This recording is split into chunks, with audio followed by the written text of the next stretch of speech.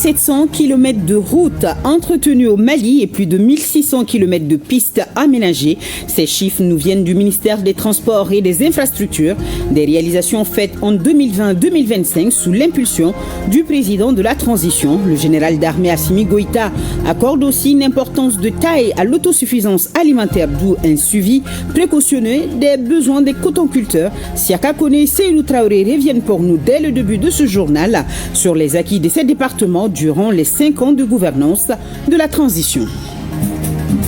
Nous partirons à Kokofata dans les champs de Sungalo Bamba. Ça sera avec une forte délégation composée des sociétés coopératives de producteurs de coton au Mali accompagnés de la CMDT. Dans la capitale de l'Arachide, ils ont plié ensemble le pouls de la campagne qui se passe bien. Seul bémol, les cotonculteurs commencent déjà à être inquiétés par les jacides, un groupe d'insectes de Trutou à son passage. À Badjangara, nous allons entendre le cri de cœur des enfants désœuvrés pendant les congés, habitués des colonies de vacances pour aller à la découverte du Mali, une période classée désormais dans les archives. Malheureusement, il urge dans ce cas de revoir la copie afin de redéfinir ce temps qui était tant précieux pour les enfants en matière de sociabilité et d'éveil. Le dossier est signé Agibou Koulibaly et Mahamadou Sidibé. Notre rédaction s'intéresse ce soir à une pratique très particulière. Il s'agit de la prière pour les défunts. Elle se pratique dans les cimetières pour le repos de l'âme des disparus. Et justement, quelle est sa vraie signification et son importance? Aliou Abdoulaye Touré a voulu savoir pour nous. Samedi, 20h, merci de votre présence. Bonsoir à tous. Enceinte du président de la transition à la tête du Mali, nous mettons ce soir nos projecteurs sur les acquis d'un département phare, le ministère des Transports et des Infrastructures. N'a-t-on pas l'habitude d'entendre que leur route c'est le développement? Eh bien, les autorités de la transition l'ont comprise. En 2020 et 2025, plus de 8700 km de routes ont été entretenues au Mali et plus de 1600 km de pistes aménagées et divers ouvrages réalisés, des avancées qui résultent d'une forte volonté du général d'armée Assimi Goïta, chef de l'État, durant les 5 dernières années. Plus de détails avec Seydou Traoré. Malgré un contexte économique et sécuritaire difficile, les 5 dernières années ont été marquées par la conception et la réalisation d'importants chantiers d'infrastructures routières et aériennes. Sous la direction de Dambélé Madira Sissoko, le ministère des Transports et des Infrastructures a mené des projets innovants de modernisation de ces services, parmi lesquels on note la mise en place de Sigui Dolo, un système digital progressif de paiement qui a permis d'accélérer le traitement des documents de transport, de sécuriser les procédures et d'améliorer la qualité des services. L'innovation dans le secteur des transports se manifeste aussi par le lancement en septembre 2024 des nouvelles plaques d'immatriculation sécurisées. À ce jour, plus de 28 000 plaques ont été produites par la Direction générale des transports. En matière de sécurité routière, les principales réalisations portent sur le renforcement des infrastructures, aménagement des carrefours et points accidentogènes avec l'installation de feux tricolores intelligents et panneaux à messages variables. Le ministère a également acquis du matériel de contrôle des infractions, notamment des radars de vitesse, des éthylotestes et des testeurs de drogue. Dans le secteur aérien, des projets majeurs ont été menés à bien. Construction du siège des aéroports du Mali, acquisition pour l'aéroport international président Modibo Keïta Sénou d'une nouvelle passerelle de débarquement entre les terminaux 1 et 2, réalisation du siège de la délégation de la SECNA au Mali, création de la compagnie Mali Airlines SA, la nouvelle compagnie aérienne nationale, ainsi que la mise en place d'un centre de calcul et de prévision météorologique. De même, le département a mis en service une centrale solaire de 220 kW, installé 40 stations optiques, 30 stations agrométéorologiques et 4 stations de mesure de la pollution de l'air. La base de services de sauvetage et de lutte contre l'incendie à l'aéroport international président Modibo Keïta Sénou a également été construite. Le sous-secteur des infrastructures routières a enregistré plusieurs avancées en matière de désenclavement intérieur et extérieur. Parmi les sentiers, le ministère souligne l'aménagement en 2 fois 2 voies, la traversée de Sikasso et ses annexes connexes, la construction d'un échangeur, d'un viaduc ainsi que 10 km de voies urbaines dans la même ville. À ces travaux s'ajoute la bretelle Katele-Kadjolo-Zigua, plus de 32 km, et l'aménagement de 4 km de voies urbaines à Kadjolo. La capitale Bamako n'a pas été oubliée avec l'aménagement en 2x2 voies de l'axe reliant le 3e pont à la RN6 avec la construction d'un viaduc, la réhabilitation de la section Tour de l'Afrique Irimajo ainsi que des travaux dans les zones de Kouloubleni, Bamako, Koulouba, Kati, Pongé, Kati et la direction rond-point Jemes Samé Kati RN3 en cours d'exécution. Un important chantier d'élargissement est aussi en cours sur la route nationale 27 Bamako-Koulikro, tout comme la réhabilitation du tronçon Sandare-Kaye, 138 km du corridor Bamako-Dakar par le nord, ainsi que l'aménagement en 2x2 voies de la section Sévaré-Mopti de la RN6 avec 10 km de la voirie à Sévaré et Mopti et la construction de la voie de contournement de l'aéroport de Mopti en Bodéjo. D'autres voies dans le district de Bamako et la ville de San ont aussi été aménagées, notamment l'accès à Maldem de la Fiabougou, Sabalé-Bougou Kourani, Fadjigila Nafadji, Badiambougou, Kalabambougou, l'école Lumière à Kalabankoura ACI, le tronçon hôpital du Mali RN6, sans oublier l'accès à l'hôpital catholique de San. Entre 2020 et 2025, les travaux d'entretien routier ont porté sur 8711 km. En complément, le projet d'amélioration de l'accessibilité rurale a touché 1620 km de pistes avec la réalisation d'ouvrages de franchissement et d'aménagement connexes. Le général d'armée Assimi Goïta accorde aussi une importance de taille à l'autosuffisance alimentaire, d'où un suivi précautionné des besoins des cotonculteurs. Tenez par exemple, le prix d'achat du coton a été fixé à 300 francs CFA contre 295 francs CFA pour la campagne précédente. Haute précision, à retenir, le Mali a produit l'année dernière plus de 11 millions de tonnes de céréales, de 656 000 tonnes de coton et le même objectif de production a été reconduit pour les CELEA pour la campagne 2025. Siaka Konaté nous en dit plus sur les réalisations de ce département capital pour le Mali durant les 5 ans de gouvernance de la transition. Pour la campagne 2025, le prix d'achat du coton aux producteurs est fixé à 300 francs le kilo. Le sac de 50 kg d'engrais subventionnés à 14 000, celui des engrais organiques à 3 000 francs. La semence de maïs hybride sera vendue à 1 500 francs le kilo. Ces mesures proposées par le ministère de l'Agriculture pour booster la production céréalière et cotonnière ont été entérinées par la session du Conseil supérieur de l'agriculture tenue le 6 mai 2025. Ainsi, il est prévu 11 696 721 tonnes de céréales et 682 000 tonnes de coton-graines. Pour atteindre ces objectifs, 79 milliards de francs CFA ont été mobilisés à travers les poules bancaires pour l'achat du coton-graines, des intrants coton, engrais et pesticides mis à la disposition des cotonculteurs. Quant aux autres exploitants agricoles, ils ont reçu près de 34 000 tonnes d'engrais de la Russie, du PRSA et du PAPSAN, 1500 kg de semences de pré-base, 3500 kg de semences de base et 11 000 kg de semences certifiées de tracteurs, batteuses motoculteurs, motopompes multiculteurs leur ont été également remis.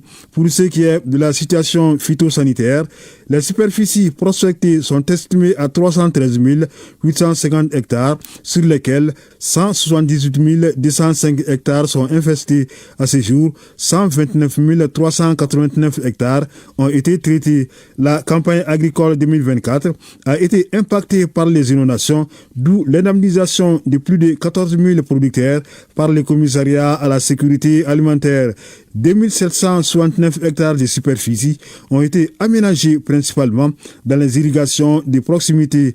Ajouté à cela, le lancement par le Premier ministre, ministre de l'administration territoriale et de la décentralisation, des travaux d'aménagement de 4200 hectares dans la zone de Boukat de l'Office du Niger sur le financement de la coopération allemande. Le chef du gouvernement a également présidé le forum sur le programme national du système de riziculture intensif. Il y a aussi l'opérationnalisation du recensement agricole qui a permis à ce jour de dénombrer 816 237 exploitations familiales et 316 entreprises agricoles. Le département a aussi travaillé à la sécurisation du foncier agricole. Il a ainsi pu récupérer des périmètres agricoles de Samakou dont une partie avait été vendue à une société immobilière malgré l'existence d'un titre foncier. Des réformes ont été lancées dans les secteurs agricoles. On peut citer entre autres la fusion-absorption des filiales et l'OCC de la CMDT Holding par la CMDT SA, l'opérationnalisation de l'Observatoire national du foncier agricole, ONAFA, le manuel de gestion du Fonds national d'appui à l'agriculture. On n'oublie pas non plus l'élaboration des documents comme la politique nationale des conseils agricoles et son projet de décret, l'adoption des textes du programme national d'irrigation des proximités deuxième phase, la loi de programmation des investissements dans les secteurs agricole, le programme national du système de riziculture intensif, la politique nationale sémencière. Les acquis au niveau de la recherche et des technologies sont relatifs à la promotion des systèmes d'irrigation, l'aspersion, le goutte à goutte et les californiens, la promotion des nouvelles espèces de cultures fourragères, la promotion des techniques de fertilisation et de conservation du sol. L'un des derniers projets lancés dans le secteur agricole concerne la construction des routes agricoles et des réservoirs d'eau des canaux d'irrigation à Baguineda, financés par le Japon et exécutés par la FAO. Enfin, les organisations interprofessionnelles ont signé des contrats de partenariat avec les complexes agro-industriels Seydou Diogo Awa SDA de l'ancien footballeur international Seydou Keita. Les premières s'engagent à fournir au second les matières premières comme le sésame, l'arachide, le soja à un prix convenu entre les deux parties. Et je vous invite à rester dans les champs. Je vous amène à Kokofata sur les 3 hectares de terres cultivables de Songalo-Bamba. Ça sera avec une forte délégation composée des sociétés coopératives de producteurs de coton du Mali accompagnés de la CMDT dans la capitale de l'Arachide. Ils ont pris ensemble le pouls de la campagne qui se passe bien. Seul bémol, les cotonculteurs commencent déjà à être inquiétés par les jacides, un groupe d'insectes qui détruit tout à son passage. De Kita, Mamadi Aliou. La première étape de cette visite a eu lieu sur les 3 hectares de Songalo-Bamba à Kokofata. Ici, les parcelles sont en bon état. Cependant, les cotonniers commencent déjà à être inquiets par les acides.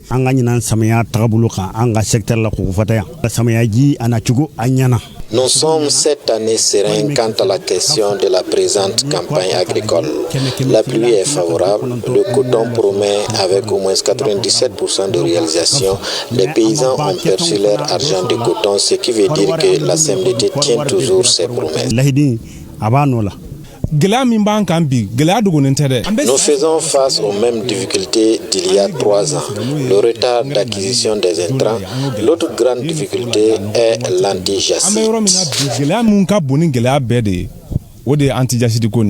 La deuxième étape a consisté en une rencontre directe avec les producteurs. Plusieurs points de préoccupation ont été abordés comme le retard dans le paiement des producteurs, les difficultés liées à la fourniture des engrais, ainsi que les impacts néfastes des acides sur les champs de coton. Je suis satisfait de cette visite qui a commencé par Kadiolo. Nous avons les nouvelles sur l'existence des jacides à Kita comme à Sikasso. C'est finalement la pure vérité. Mais il faut des efforts car autour du coton tout gravite pour le paysan. Depuis, les autorités ont été informées comme quoi nous avons encore été attaqués par les jacides qui sont très nocifs par rapport à la culture du coton. Vous savez, un champ, vous avez entendu ici que les traitements, il faut des engrais, en plus des engrais, il faut des pesticides, il faut encore ces produits spécifiques contre les acides qui feront que c'est eux qui supporteront toute cette manne financière. La délégation de la CMDT a aussi assuré les cotonculteurs que des mesures idoines seront prises pour prendre en compte leurs préoccupations. La délégation est allée présenter leurs condoléances à la famille du regretté Filimadi Koulibaly, victime de l'attaque survenue dans la nuit du 1er août dernier entre Faraba et Nerumba. Solidarité du ministère de la promotion de la femme à l'endroit des pupilles de la nation et aux femmes de Bolé et à d'autres femmes vivant dans des conditions difficiles. 25 tonnes de riz distribuées pour illustrer l'engagement de l'État à soutenir ceux qui sont dans le besoin. Soumaou Haïdar. Les bénéficiaires sont les pupilles de la nation, les femmes de Bolé ainsi que d'autres femmes vivant dans des conditions difficiles. Ce geste salué par tous vise à atténuer les souffrances et à apporter un soulagement concret à ces couches vulnérables de la société. Depuis le jour où mon enfant a été paralysé après avoir été battu, je reçois plusieurs dons de la part du ministère en charge de la promotion de la femme. Ces dons sont composés entre autres des riz, d'huile et d'argent. Je remercie Madame le ministre et prie Dieu de l'accompagner dans son travail. Vous savez qui parle de Bolé, d'abord, il y a 3 catégories de détenus. Il y a des femmes majeures, il y a les mineurs, il y a aussi des enfants, des petits-enfants qui accompagnent leur maman, voilà, qui ont besoin de tels dons et vraiment pour encore atténuer la pesanteur carcérale. Vous savez, la prison elle est très difficile et souvent, ces dons comme ça permettent vraiment aux détenus de retrouver le moral. À travers cette initiative, le ministère réaffirme son engagement à soutenir les populations fragilisées et à promouvoir la solidarité nationale. Au-delà du geste matériel, c'est un message d'espoir et d'attention que le ministère souhaite adresser aux bénéficiaires. Vous n'êtes pas oubliés. La nation, par l'action de ses plus hautes autorités et de ses institutions, est et restera à vos côtés. Le ministère rappelle que la lutte contre la précarité est une priorité nationale. Chaque sac de riz distribué symbolise l'engagement de l'État à rester aux côtés des femmes et des enfants pour bâtir une société plus solidaire et inclusive, selon le secrétaire général. Un autre geste de solidarité émaillé d'encouragement, c'est à l'endroit des meilleurs élèves. Admis au DF 2025, ils ont reçu des ordinateurs et accessoires de la part de l'AGEFO. Fanta Mama Nietao nous raconte. L'Agence de gestion du Fonds d'accès universel, AGEFO, en partenariat avec le ministère de l'Éducation nationale, s'est donné pour mission de faciliter l'accès aux TIC dans le milieu scolaire. L'objectif est de permettre aux élèves d'apprendre, de comprendre et d'innover grâce à l'utilisation de ces outils. C'est dans le cadre de cette vision que l'AGEFO offre des ordinateurs et accessoires aux 3 meilleurs lauréats de chaque académie du Mali. Aujourd'hui, la motivation elle est toute simple, c'est d'abord d'encourager nos enfants, les élèves brillants, encourager l'excellence, encourager encore le développement du monde du numérique, qui est aujourd'hui un chemin pour lequel il y aura plus de demi-mesures que nous serons obligés de suivre. Au nom des lauréats, la représentante a exprimé toute la reconnaissance à l'AGEFO et au ministère de l'Éducation. Recevoir des cadeaux de la part de l'AGEFO, ça fait vraiment plaisir. Ça montre que notre travail n'est pas inutile. Les efforts, tout ce qu'on a fait tout au cours de l'année scolaire, ça a payé au final. Ça donne vraiment du courage. Je tiens à les remercier. Merci pour tout ce qu'ils ont fait pour nous. Cette cérémonie qui s'inscrit dans le cadre de la célébration de l'excellence scolaire, de l'engagement et de la persévérance de nos élèves les plus méritants. Le ministre Si Savané a personnellement tenu à leur adresser ses chaleureuses félicitations. Chers élèves lauréates et lauréats, je vous adresse mes vives félicitations. Votre succès n'est pas fortuit. Il est le fruit d'un travail assidu, d'un engagement solide, d'une détermination de tous les instants. Soyez fiers de vous, comme la nation l'est de votre travail. Cette cérémonie doit être une source d'inspiration pour chaque élève afin d'atteindre l'excellence. 29e session ordinaire du Centre national des œuvres universitaires, c'est nous. La session planche sur des documents stratégiques susceptibles d'améliorer les performances de la structure. Batraoré nous en parle. Malgré un contexte financier difficile, le CENU, Centre national des œuvres universitaires, présente un bilan acceptable au titre de l'année 2025 à mi-parcours. Le paiement régulier des allocations financières, la poursuite du développement du système intégré de gestion œuvres universitaires et l'enrôlement des étudiants dans l'assurance maladie volontaire sont parmi les activités phares menées.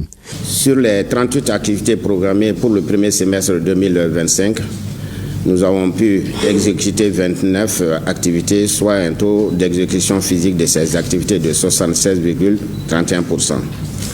C'est une prévision budgétaire initiale de 21 838 638 000 francs CFA. Nous avons pu engager 11 623 986 752 francs CFA de crédit liquidé, soit un taux d'exécution du budget de 76,36%. Le département en charge de l'enseignement supérieur se félicite de ce bilan et exhorte les administrateurs à œuvrer pour consolider les acquis. Je ne doute point de votre engagement et de votre disponibilité à accompagner le Centre national des œuvres universitaires pour relever d'autres défis plus importants.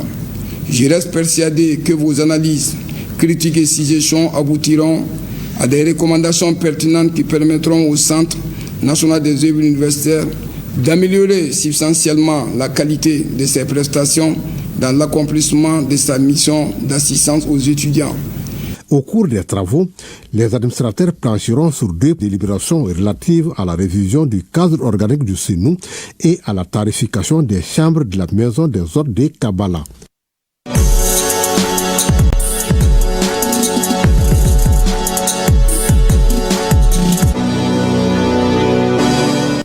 Dans notre grand format de ce week-end, je vous amène à Badjangara et nous allons entendre le cri de cœur des enfants désœuvrés pendant les congés, habitués des colonies de vacances pour aller à la découverte du Mali, une période classée désormais dans les archives.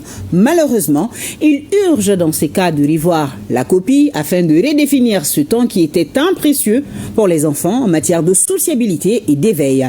Retrouvons nos correspondants sur place, Adibou Koulibaly et Mahamadou Sidibé.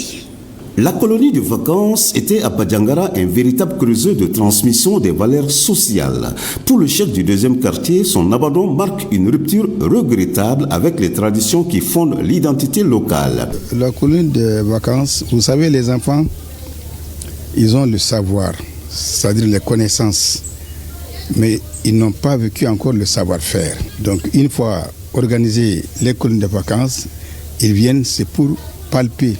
C'est pour entrer en contact direct avec la population, en contact direct avec la communauté. Plus loin, s'ils viennent par exemple, le plus souvent on organise des journées de danse traditionnelle, c'est tout le monde qui se retrouve. Et les Bambara, et les Peuls, et les Dougons dansent ensemble. Je vais plus loin. Vous savez, quand ces enfants-là arrivent, si par exemple je donne des exemples concrets chez nous, ils viennent, ils ont appris à l'école la falaise. Mais ils n'ont pas vu. Ils touchent maintenant. Ils ont entendu parler de la plaine, de la colline, directement. Ils se disent, voilà, c'est ce qu'on appelle la falaise. C'est ce qu'on appelle la colline. Du côté du service régional de la jeunesse, on reconnaît les efforts récents mais insuffisants. Malheureusement, on avait des initiatives, mais on n'a pas pu les réaliser. Car qui connaît la région de Badjangara depuis 2019 à nos jours a connu assez d'intempéries sécuritaires. Avant, Badjangara était une destination vraiment prisée pour les organisateurs des colonies de vacances en dehors de la région, en dehors du cercle de Badjangara. Bachir Tal estime que la colonie de vacances est un bon canal pour transmettre les valeurs morales et spirituelles. Dans notre contexte culturel et religieux, les colonies de vacances comptaient beaucoup et ça servait beaucoup. Des enfants, surtout des enfants qui venaient à Badjangara et comme qui considéraient Badjangara comme un lieu touristique, ont eu beaucoup de faveurs. Nous, les autochtones de Badjangara ici, on a eu beaucoup de faveurs aussi là-dedans. On a eu les faveurs économiques, on a eu les faveurs sociales, on a eu les faveurs culturelles. J'ai une fois participé au camp des courants. À mon séjour là-bas, au début, je n'aimais pas, mais à la fin, j'ai beaucoup aimé et je voudrais y aller encore. Et pour Djenaba Kouriba, qui s'occupe de la scolarisation des filles, l'impact peut être encore plus grand chez les jeunes filles, souvent plus vulnérables à l'isolement ou au décrochage. Quand on dit colonie de vacances même, c'est un retrouvail. de différentes localités. Ça peut être de la même localité, mais des enfants venant de différentes familles. Donc c'est une retrouvaille.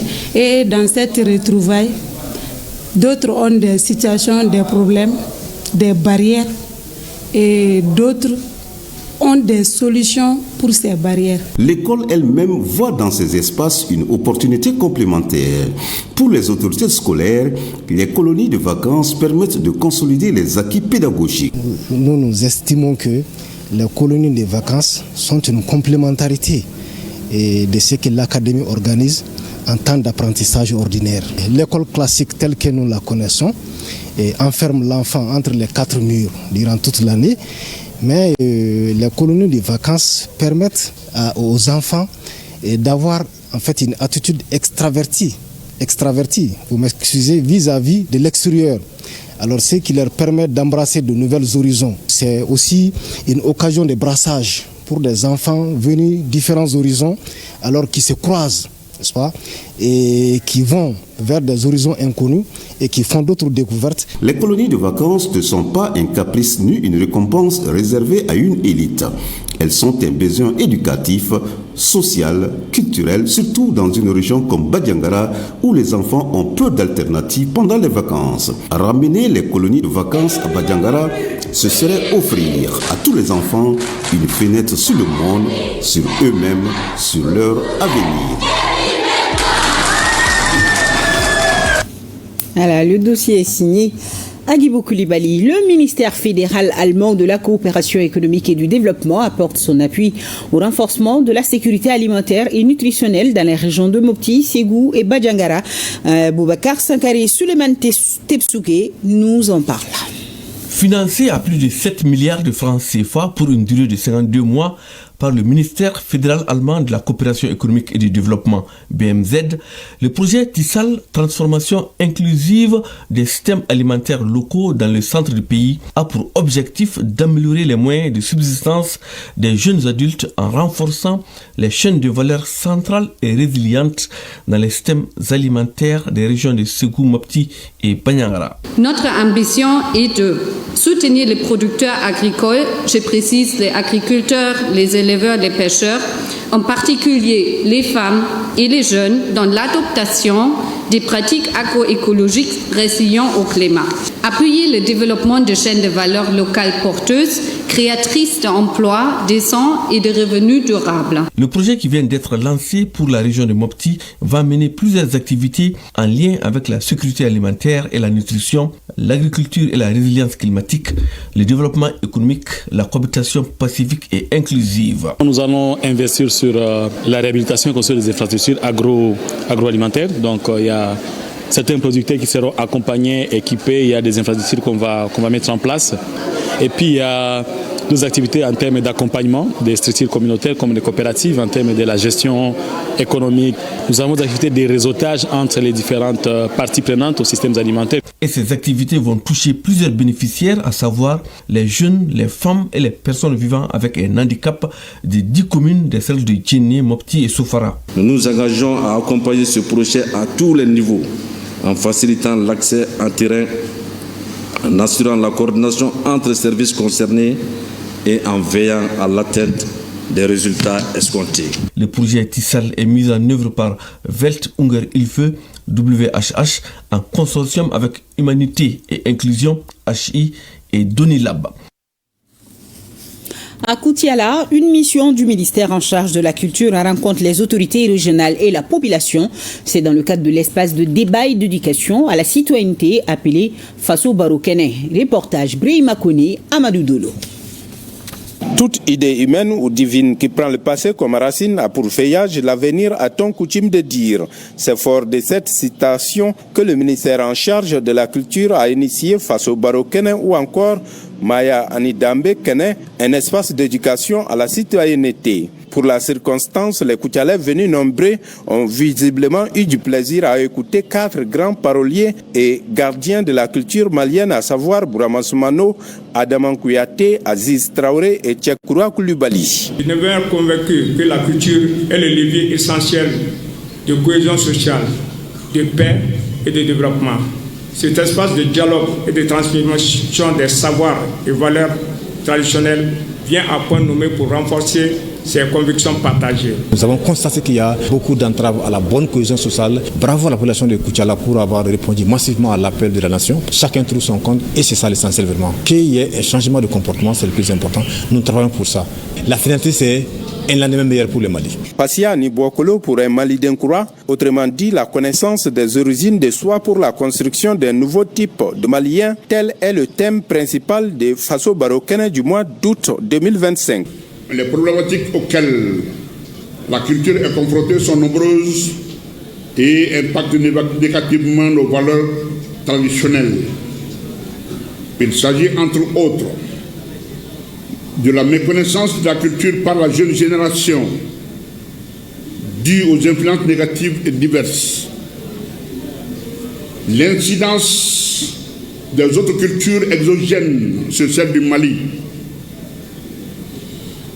l'effritement des mœurs et la perte des valeurs et des repères. De façon globale, Faso Barokene est perçu comme un pan des activités phares de 2025, décrété année de la culture par le général d'armée Assimi Goïta, président de la transition. Retour à Bamako, les erreurs de la France au Mali, une nouvelle publication désormais dans vos librairies. Un recueil qui met en exergue les stratégies malsaines de la France au Mali. Dans cet ouvrage, 3 grands thèmes sont abordés, à savoir les erreurs de la France, la démocratie et le retour des colons. L'œuvre est de Bala Traoré, officier supérieur de la police à la retraite et ancien président de la délégation spéciale de la mairie du district de Bamako. Boubacar Bablé Touré nous présente l'œuvre. Après la grande naïveté de l'Afrique, voici une nouvelle parution intitulée « Les erreurs de la France au Mali » de Bala Traoré. Un ouvrage de 125 pages qui dénonce la déstabilisation, la manipulation des dirigeants, les accords commerciaux, les rébellions orchestrées par la France au Mali. L'auteur est officier supérieur de la police à la retraite, non moins ancien président de la délégation spéciale de la mairie du district de Bamako. Ils ont eu une chance inouïe avec la fameuse opération Serval. Tout le monde se rappelle ici, après Serval, les gens étaient contents, on applaudissait, il y avait des drapeaux français, certains ont donné le nom de leurs enfants à Hollande. Après Serval, les Maliens n'avaient rien à refuser à la France. Quelle erreur ils ont commise? Ils se sont dit non, on va continuer quand même, parce que les régimes peuvent changer, peut-être ils peuvent revenir sur leurs déclarations. Allons-y, ils ont maintenu le même cap, qui est la partition du Mali. Et ils ont mal jugé l'opinion malienne. Produit par l'édition Prostyle, cet ouvrage aborde 3 thèmes majeurs avec des sous-thèmes relatifs à la stratégie française au Mali, à la guerre de libération, pas guerre contre le terrorisme, à l'AIS, une victoire incertaine, à l'Afrique, un continent riche mais pauvre, ou encore à la démocratie, la plus grande manipulation de l'histoire. Bon, ce qui s'est passé dans les années 60, nous savons l'agenda qui était prévu pour le nord du Mali. Nous savons que c'est resté une constante, que ce soit la droite ou la gauche qui gouverne la France. Il y a des fondamentaux qui sont restés. Faire en sorte que cette partie soit la réserve en hydrocarbures et en gaz de la France dans le futur. Leur réserve à eux. Pour y aboutir, la solution était très simple. Faire la partition. Comment faire la partition? Encourager, soutenir une rébellion. Ce livre-là doit être traduit et publié sur les réseaux sociaux. Parce que même en France, ils ne savent pas exactement ce que fait les gouvernants français. Ils ne connaissent pas les problèmes qu'ils nous ont créés. Mais avec la traduction de ce livre, avec la publication de ce livre, beaucoup vont comprendre. Il a dit, c'est question d'intérêt. Cet ouvrage porte à 8 les livres et romans publiés par Bala Traoré qui ne comptent pas s'arrêter en si bon chemin. Des témoignages des amis et collaborateurs de l'auteur, des questions de compréhension des invités ont constitué les moments forts de la cérémonie de lancement.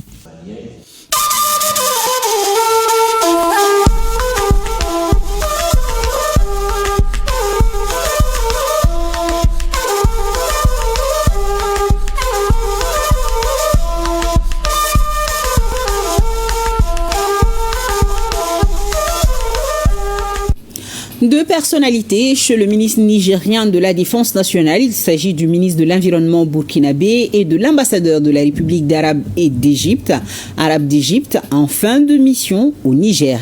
Laou Ali Moutari, Yazi Rabiou pour le compte-rendu. Pour sa première audience en cette matinée, le Premier ministre par intérim, le général d'armée Salif Moudi, a reçu le ministre de l'Environnement, de l'eau et de l'assainissement du Burkina Faso, Roger Barro, président du Conseil des ministres de l'autorité du bassin du Niger. Il est venu présenter aux plus hautes autorités le nouveau secrétaire exécutif de l'ABN afin qu'il bénéficie des conseils du Premier ministre et également recevoir les orientations dans ce domaine. Nous sommes passés au Niger pour introduire le nouveau secrétaire exécutif à son Excellence, Monsieur le Président de la République, pour qu'il puisse lui donner les orientations des 9 chefs d'État. Parce que quand on dit l'ABN, c'est 9 pays qui constituent l'ABN, l'autorité du bassin du Niger. Et également, on a abordé les différents dossiers en lien avec l'autorité, notamment la construction du siège. Nous avons présenté au ministre d'État la vision que nous voulons que les chefs d'État impulsent à l'ABN. Le Premier ministre par intérim, le général d'armée Salif Moudi, a ensuite reçu l'ambassadeur de la République arabe d'Égypte au Niger, Saïd Mohamed Ahmed, en fin de mission dans notre pays. J'ai été reçu pour justement discuter des relations bilatérales. Bien évidemment, la majorité de la discussion a tourné autour de la coopération militaire et aussi de la possibilité de coopération économique et commerciale entre les deux pays.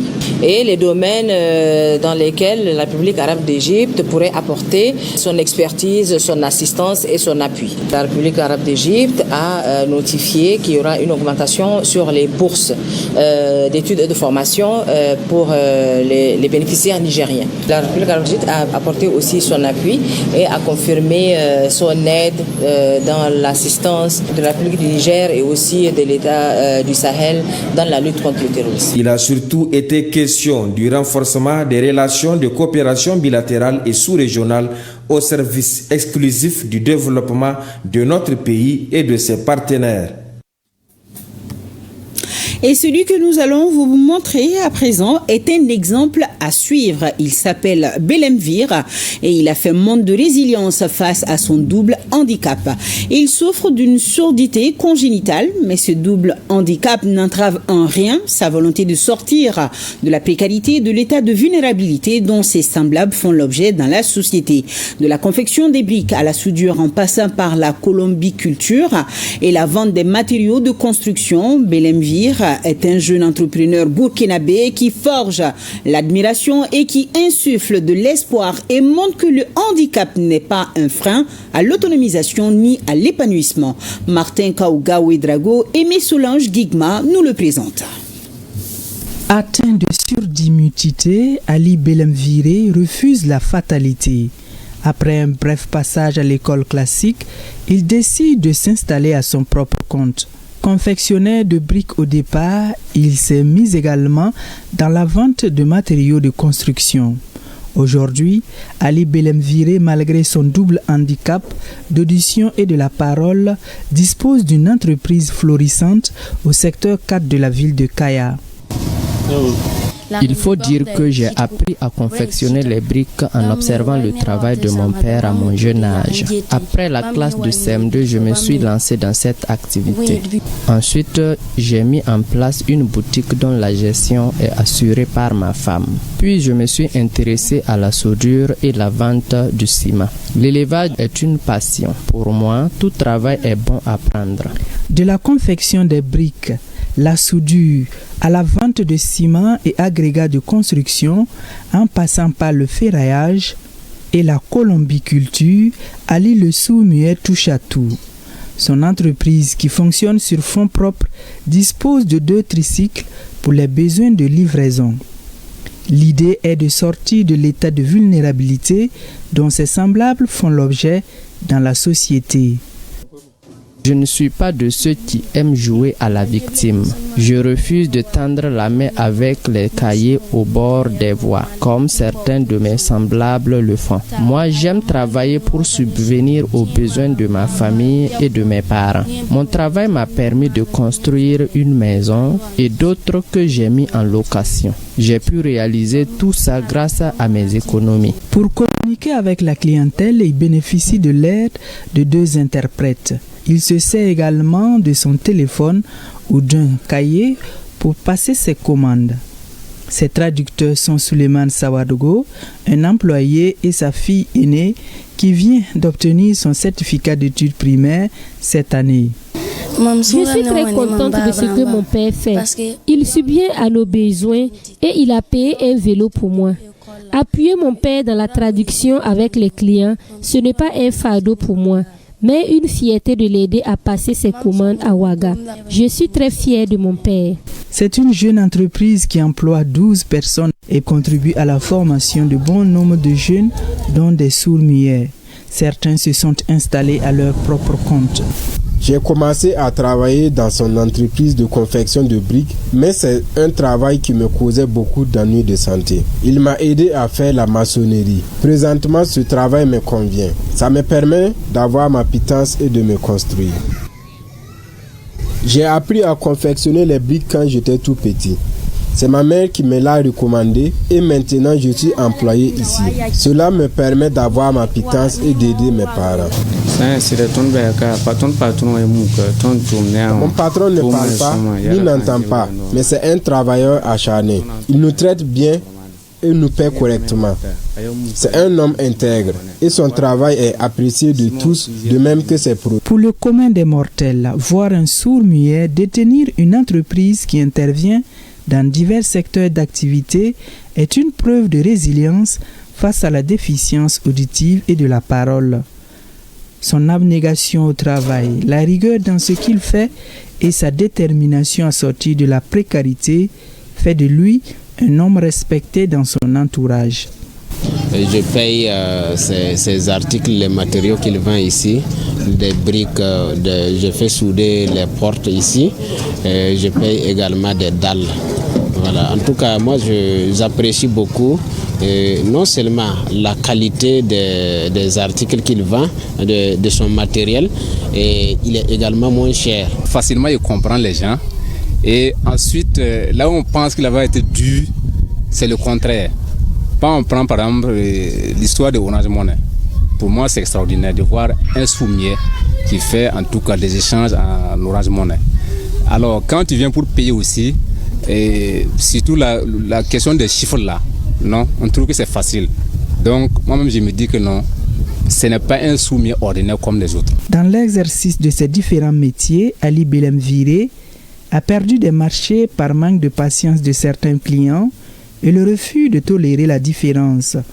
Pour un monde meilleur et un vivre ensemble harmonieux, l'acceptation et la tolérance de la différence doivent être de mise.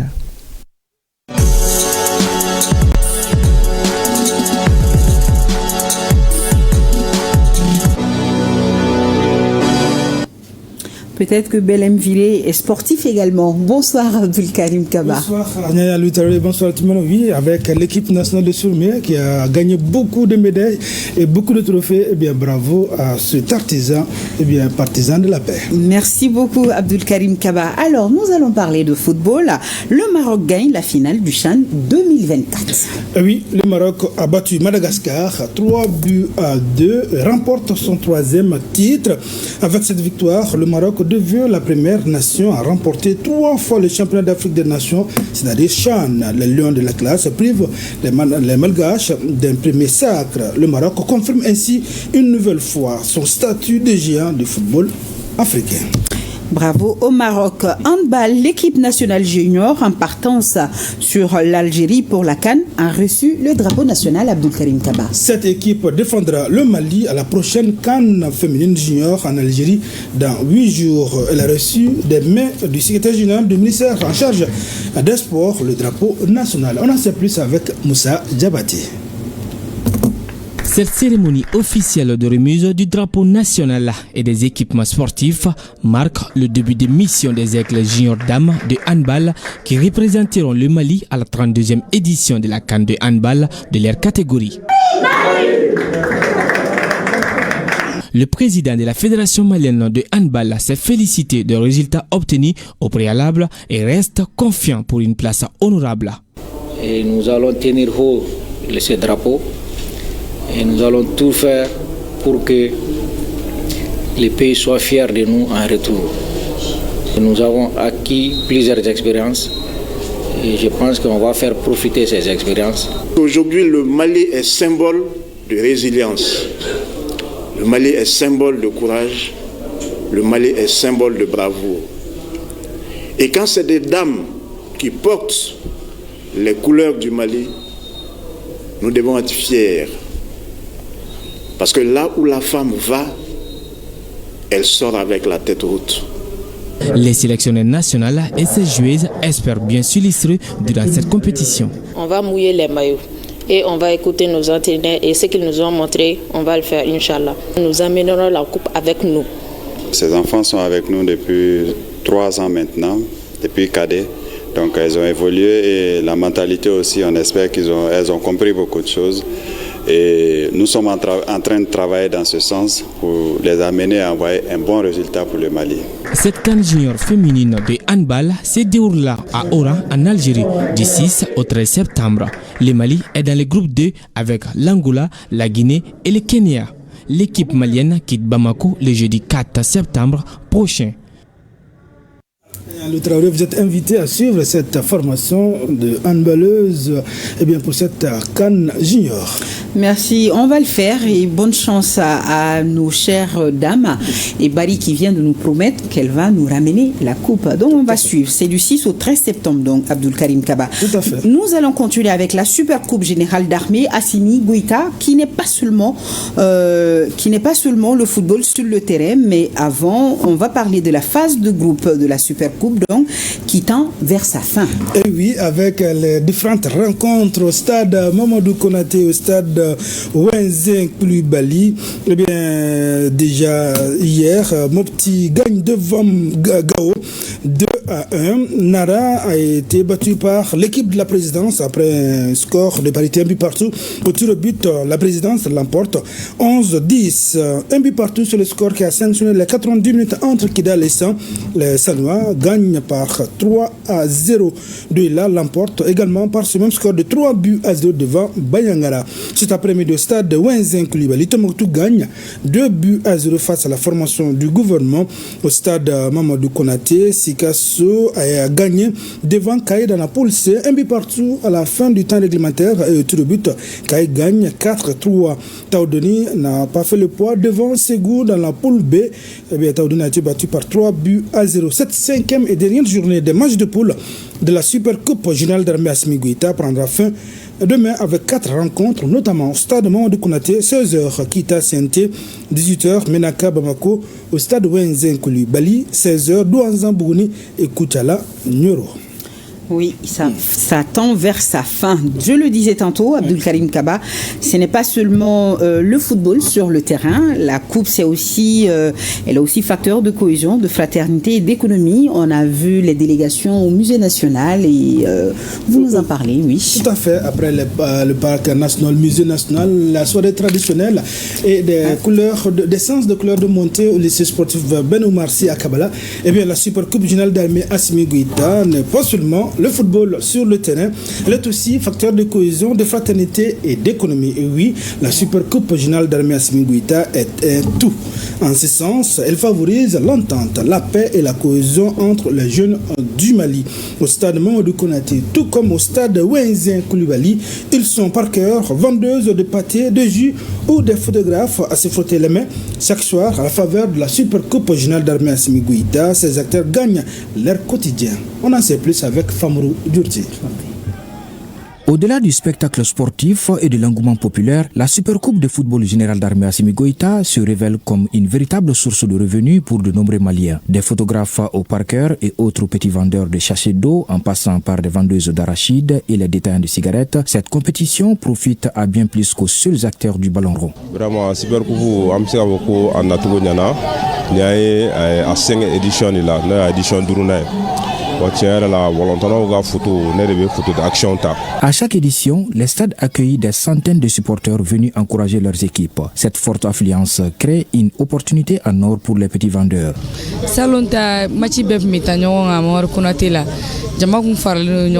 Au marché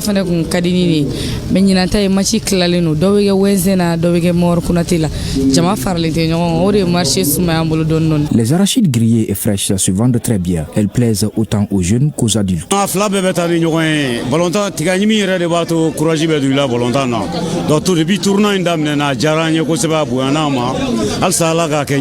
Et bien sûr, après avoir croqué les arachides, les boissons et les sachets d'eau fraîche deviennent indispensables.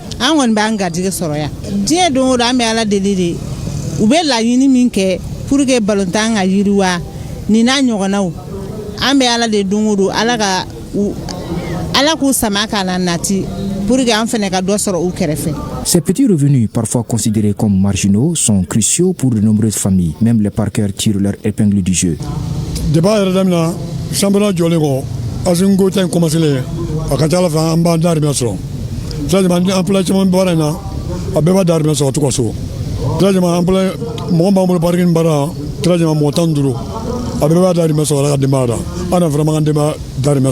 La Supercoupe générale d'armée Assimi Goïta n'est pas qu'un rendez-vous sportif. C'est aussi un espace de vie, de rencontres et surtout une source de revenus pour des centaines de petits vendeurs. Elle incarne une forme de dynamisme économique à la base, souvent ignorée, mais pourtant essentielle dans le tissu social malien.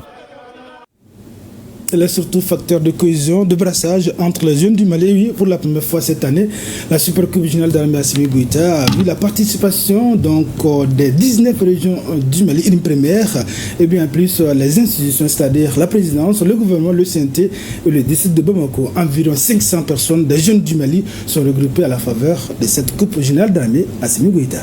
Et vous nous dites que ça prend fin demain? Ça prend fin dimanche 7 septembre. Dimanche 7 septembre plutôt, oui. C'est tout, Abdul Karim Kaba? C'est ce qu'il fallait retenir ce soir. On se retrouve demain? Inch'Allah. Merci beaucoup. Nous arrivons à un autre dossier de la rédaction. Notre légendaire curiosité nous amène à nous intéresser ce soir à une pratique très particulière. Il s'agit de la prière pour les défunts. Elle se pratique dans les cimetières pour le repos de l'âme des disparus. Et justement, quelle est sa vraie signification et son importance? Comment la pratique-t-on? Abdoulaye Aliou Abdoulaye Touré a voulu savoir pour nous.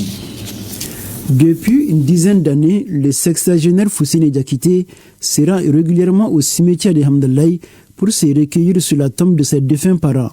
Je viens au cimetière parce qu'il y a mes parents qui se reposent, tels que mon père, la grande sœur de ma maman, mes grandes sœurs et mes belles-sœurs. Chaque vendredi, je souhaite toujours de venir au cimetière pour leur rendre visite. Omar Ndoye est assureur de profession. Lui aussi se rend au cimetière pour prier sur la tombe de sa défunte mère. Elle est décédée le 9 février 2025, donc cette année. Depuis qu'elle est décédée, tous les vendredis je viens. Je pense que la seule fois que je n'ai pas pu le faire, c'est lorsque j'étais en déplacement à l'étranger. Ce matin, je suis venue pour faire des bénédictions pour parents décédés, mon père, mes mamans. Moulay Adi Kourechi est islamologue. Il nous explique la signification de la prière pour les défunts. Rendre visite aux défunts, c'est ce qui est appelé en arabe aziyara. Aziyara, c'est un mot arabe, mais la tradition, c'est quoi? Rendre visite aux défunts en leur faisant des bénédictions, des prières. Mais comment le prophète sallallahu alayhi wa sallam a réglementé cette situation? Dans les premières ères de l'islam, mais quoi? Ils étaient des polythéistes qui adoraient plusieurs idoles. Or, l'islam est monothéiste. Donc, il a fallu une distinction entre les actes qui sont bons selon l'islam et les actes qui sont mauvais selon l'islam. Donc, dans un premier temps, il a interdit parce que les choses n'étaient pas encore claires. Après un délai raisonnable, il a dit en ces termes: Allah inni kuntu nahaytukum an ziyaratil qubur ala fazuruha fa innaha turiqul qalba Il dit d'abord, je vous avais interdit d'aller rendre visite à vos défunts. Bon, maintenant, Allah fazuruha. Donc maintenant, comme tout est clair maintenant, allez rendre visite à vos défunts. Pour le pasteur Yaya Poulidjara, prier pour le repos de l'âme d'un défunt n'est pas une recommandation de l'église évangélique protestante. Dans la foi chrétienne, tu ne trouveras pas un chapitre qui va parler sur la prière pour les morts au cimetière. Dans la foi chrétienne, surtout la foi, quand vous parlez de la foi chrétienne, je veux parler des protestants. Chez nous, il n'y en a pas. Et bien avant la mort, nous avons la réconciliation avec le Seigneur. Et après tout cela, donc on pense que ta foi t'amènera direct dans la félicité céleste. Alors donc, dans ce cas, nous ne pouvons pas aussi prétendre prier encore au cimetière pour celui qui a bien pratiqué sa foi chrétienne. Du point de vue catholique, prier pour les défunts est un acte de tendresse et d'affection. Cette pratique, elle est très ancienne dans l'Église et surtout l'Église catholique, parce que prier pour les morts et aller au cimetière, pour nous, est un acte de foi, un acte d'amour, un acte de charité.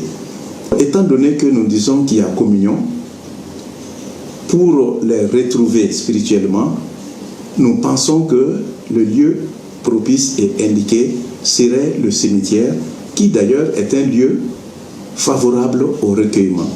Aller se recueillir au cimetière, nous signifions aux morts que nous l'aimons. La tradition africaine nous enseigne que les morts ne sont pas morts. Cette expression met en relief une vision africaine de la mort. Les morts entretiennent des relations spirituelles avec les vivants. Dans nos souvenirs, dans nos rêves, les morts reviennent. Donc nous les entretenons d'une certaine manière. Selon Moulay Adi Kourechi, prier pour le repos de l'âme d'un défunt est important à plus d'un titre. L'importance pour le visiteur, c'est d'abord koturikul qalba. Ça veut dire, ça rend le cœur douce. Il y a l'émotion. C'est-à-dire l'émotion, ce sont mes parents qui sont là, des riches, qui ont occupé des grands postes. Donc, turikul qalba, ça fait couler les arbres. Ça fait couler, effectivement, c'est vrai. Il y a l'affection qui est là. Il y a l'amour paternel, maternel, fraternel qui est là. Donc, il dit que tout de suite, ça fait pleurer. C'est le plus important d'ailleurs, que tu zakir al-akhira. Ça te fait rappeler au lieu-delà. Quand on fait la visite là, ils nous voient. Ils nous voient parce qu'ils sont dans la Hayatul Barzakhi, ils sont là-bas. Ils nous voient dans une autre manière. Cependant, les spécialistes des questions religieuses apportent une précision détaillée sur la visite pour les défunts. Concernant les femmes, il faut qu'elles soient accompagnées par un homme. Un enfant, un fils par exemple, ou bien voilà, un homme en émoi, un frère, voilà, un cousin. Donc aller seul au cimetière, une femme, c'est pas prudent, c'est déconseillé. Prier pour les défunts est une pratique qui a traversé le temps. Elle évolue d'une croyance à une autre, à chacun sa conviction en la matière. Madame Massiré Yatassaï n'est plus. C'est hier samedi qu'elle nous a quittés des suites de maladie. La journaliste communicante, mère de 3 enfants, a véritablement laissé de belles pages de présentation à Radio Mali. Elle est d'ailleurs l'une des pionnières de la télévision malienne aux côtés des doyens comme Daouda Ndiaye, Baba Djourté et Sadio Touré. Elle a aussi travaillé comme conseillère à la communication au cabinet de la première dame, Touré Lobo Traoré. Ses parents, proches, amis et collaborateurs lui ont adressé un dernier hommage cet après-midi en l'accompagnant à sa dernière demeure au cimetière de Niamakuru. À Hussein Touré, Aruna Djara. Massiré Yatassaï est diplômée de l'École supérieure des sciences et techniques de l'information et de la communication de Yaoundé au Cameroun, où elle a soutenu en 1998 un mémoire intitulé étude des stratégies de communication pour la scolarisation des filles au Mali, un sujet qui oriente déjà sur son militantisme en faveur de l'émancipation de la femme en général et de la femme malienne en particulier. Ceci est un trait de caractère de cette dame dont la rigueur et la simplicité frappent plus que tout. Pionnière de la radio et plus tard de la télévision, Massiré Yatasei fit ses études primaires à Gundam puis à Nioro du Sahel avant de rejoindre la capitale pour une carrière qui la conduira à servir son pays durant des décennies. C'était une dame, elle était très humble, elle était également sociable, extraordinairement sociable. La famille en est témoin. Il n'y a pas de frère dans la famille Yatasei qui n'aurait suivi à un moment donné ou qui n'aurait bénéficié à un moment donné de l'aide du Massiré. Avec Dougou Fana Traoré et d'autres collègues, elle a fréquenté l'Institut supérieur des sciences et techniques de l'information et de la communication de Yaoundé. Tous gardent d'elle une dame aimante, enthousiaste et presque protectrice. Massiré est une femme affable, agréable, qui savait ce qu'elle voulait. Il y a 30 ans, nous étions ensemble à Yaoundé, au Cameroun. Chaque matin au réveil, chacun d'entre nous se levait pour aller lui donner bonjour, pour accueillir ses conseils. Et Massiré aimait à nous sensibiliser, à nous dire que nous sommes dans un autre pays, qu'on est obligé de respecter les lois, les règlements de ce pays. Au retour au pays encore, Massiré Yatasei, sur le plan professionnel, a eu la chance d'aller travailler aux côtés du président de la République. Massiré nous a tenus comme ses frères. Elle a tout partagé avec nous. Ce que je peux dire, c'est de lui souhaiter paix. Que son âme repose en paix. De retour de Yaoundé, elle se fera vite remarquer et deviendra par la suite conseillère à la communication au sein du cabinet du président Amadou Toumani Touré. Kiona Mathieu Kone se souvient de Massiré et de sa collaboration à la rédaction dans les années 80. Nous avons travaillé ensemble dans les années 80. Radio Mali, bien avant la télévision. Et ce que je retiens d'elle, c'est d'abord la passion de cette profession où elle a atterri, parce qu'elle est enseignante de formation. Donc sa pédagogie, sa démarche pédagogique l'a aidé à cerner les chemins de l'écriture radiophonique, la concision, la précision. Et ensuite, cela aidant, je pense que le rédacteur en chef à l'époque était Baba Djourté et le chef des informations Baba Daga. Donc, elle n'hésitait pas à demander aux uns et aux autres ce qu'on pensait de tel ou tel événement pour ne pas se tromper. Parce que notre métier est d'abord fait d'humilité. Donc une des qualités qu'elle avait, c'était l'humilité. Éclairez-moi, et quand vous allez à la recherche de ces éclairages, elle savait taper à la porte. Et donc elle était disponible également pour tout le monde. Avec cette disparition, la presse malienne perd ainsi une représentante d'une certaine génération de journalistes engagés et surtout férus de professionnalisme, avec en bandoulière l'éthique et la déontologie. S'achève ainsi le combat de toute une vie, avec l'espoir que l'au-delà soit le refuge accueillant auquel nous aspirons tous. Dors en paix, chers consoeurs. Oui, que son âme repose en paix. Amen. Point final donc à ce journal. Je vous souhaite un agréable week-end à tous et un grand merci à nos téléspectateurs de Golonianasso et de Koutiala. C'est au Tamboura juste après moi pour les nouvelles météorologiques. Je vous dis à demain 20h. Bonsoir à tous.